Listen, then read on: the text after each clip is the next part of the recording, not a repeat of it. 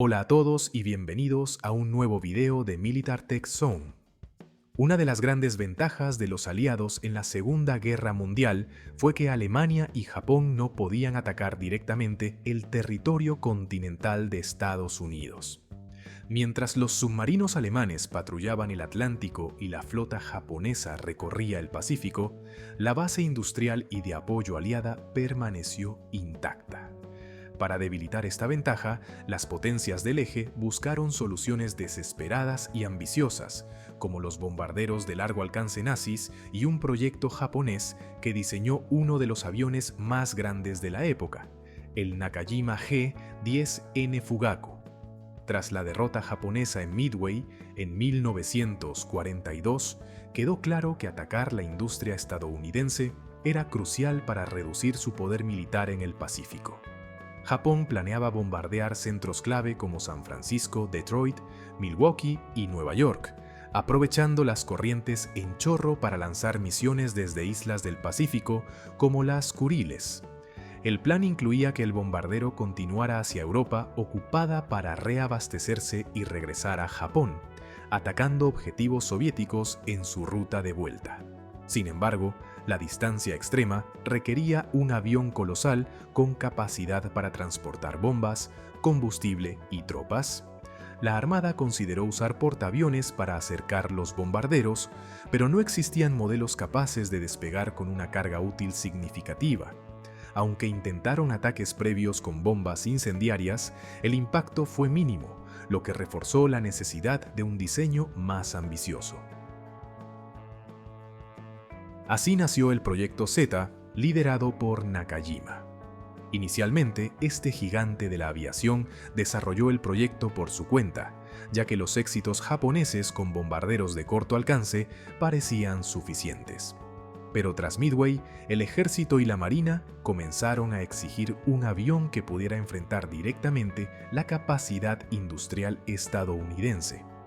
A pesar del interés, las diferencias entre ambas ramas dificultaron el desarrollo de un diseño unificado, dejando este proyecto como una fascinante pero inacabada pieza de la historia. El ejército imperial japonés y la marina imperial japonesa tenían objetivos distintos para el diseño del nuevo bombardero estratégico.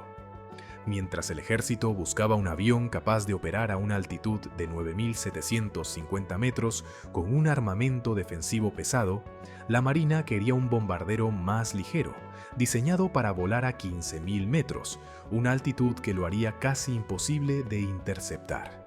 Además, la Marina tenía un plan aún más ambicioso. Quería que el avión despegara de Japón, bombardeara objetivos en territorio estadounidense y luego aterrizara en bases ubicadas en Alemania o en territorios controlados por los nazis, eliminando la necesidad de realizar un viaje de ida y vuelta. Por su parte, el ejército prefería un diseño más tradicional que permitiera misiones de ida y regreso. Estas diferencias se reflejaron en los diseños iniciales. La versión naval tenía una sola aleta de cola y estaba concebida para misiones de ultralargo alcance, mientras que el diseño del ejército incluía una doble aleta de cola y estaba pensado para volar a altitudes más bajas. Sin embargo, Nakajima decidió combinar ambos conceptos en un único diseño final que pudiera satisfacer las necesidades de ambas ramas militares. Así, se idearon 3 variaciones de este avión, cada una adaptada a misiones específicas. El primer diseño era un bombardero pesado con un alcance de 17.700 kilómetros, suficiente para atacar territorio estadounidense. Se planeó un método ingenioso para extender su autonomía. El tren de aterrizaje se desprendería tras el despegue, ya que no sería necesario para completar la misión. Si el avión lograba sobrevivir al ataque, aterrizaría sobre su vientre en territorio europeo, sin causar daños graves debido a la reducción de peso tras el consumo de combustible y la descarga de bombas. El bombardero estaría tripulado por 10 personas, 4 artilleros encargados de operar las armas defensivas y 6 más responsables de pilotar el avión, planificar la navegación y lanzar las 20 toneladas de bombas que podía transportar.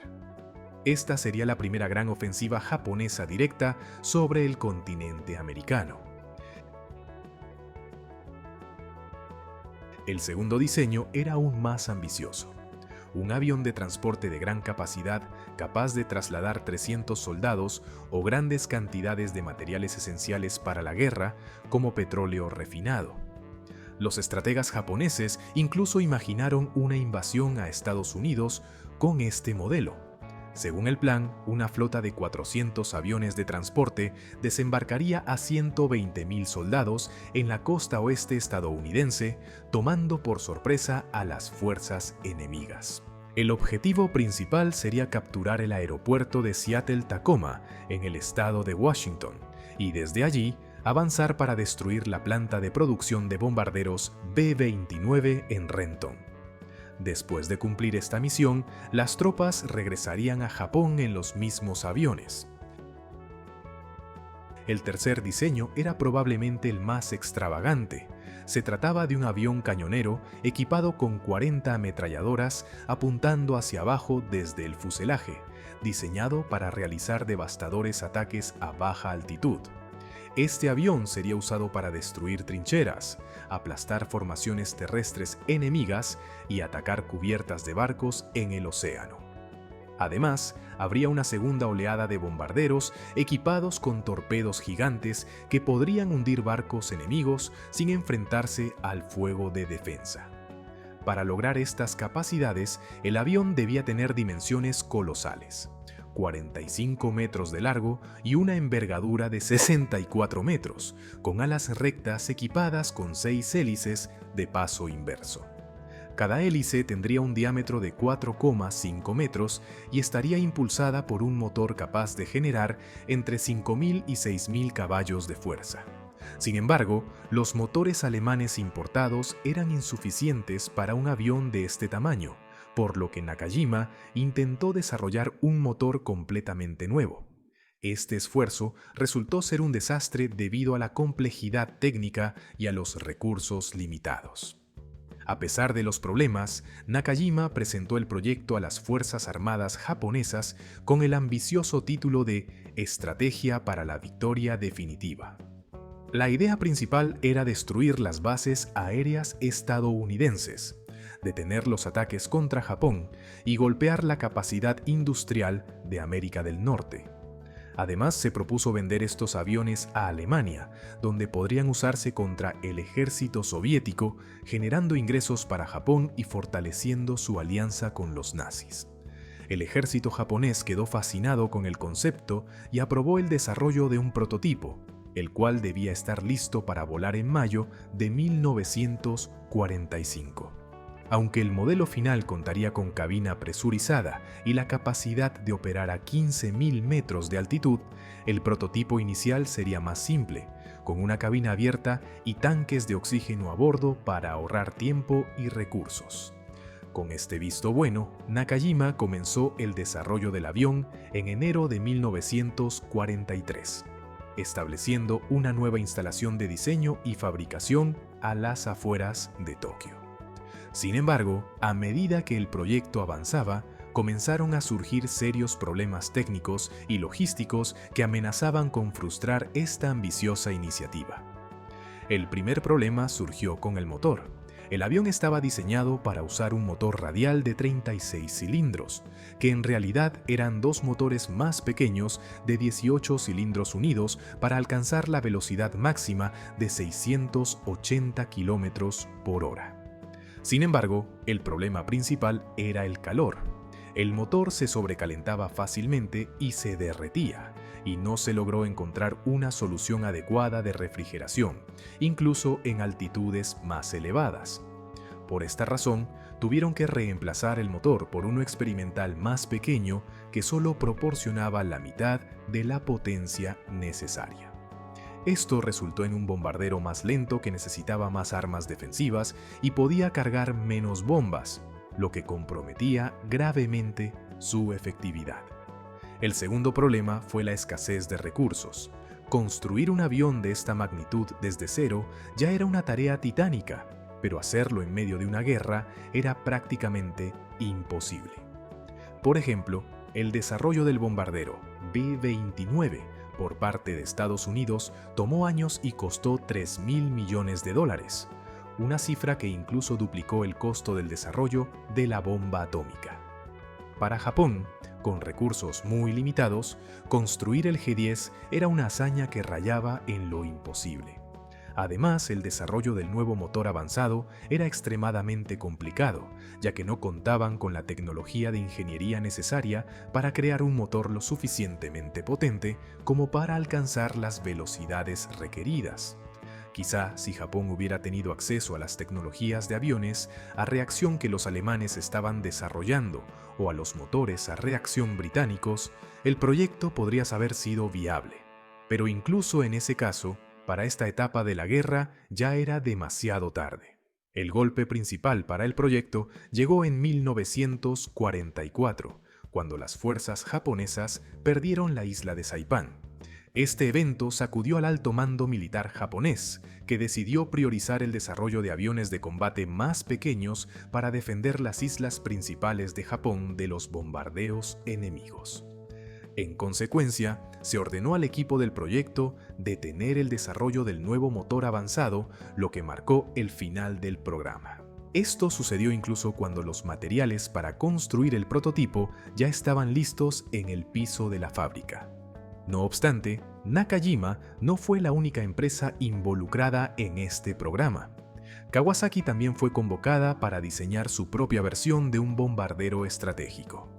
Ante el fracaso del desarrollo del G5 y del G10 por parte de Nakajima, el ejército imperial japonés encargó a Kawasaki la creación del bombardero pesado Ki-91.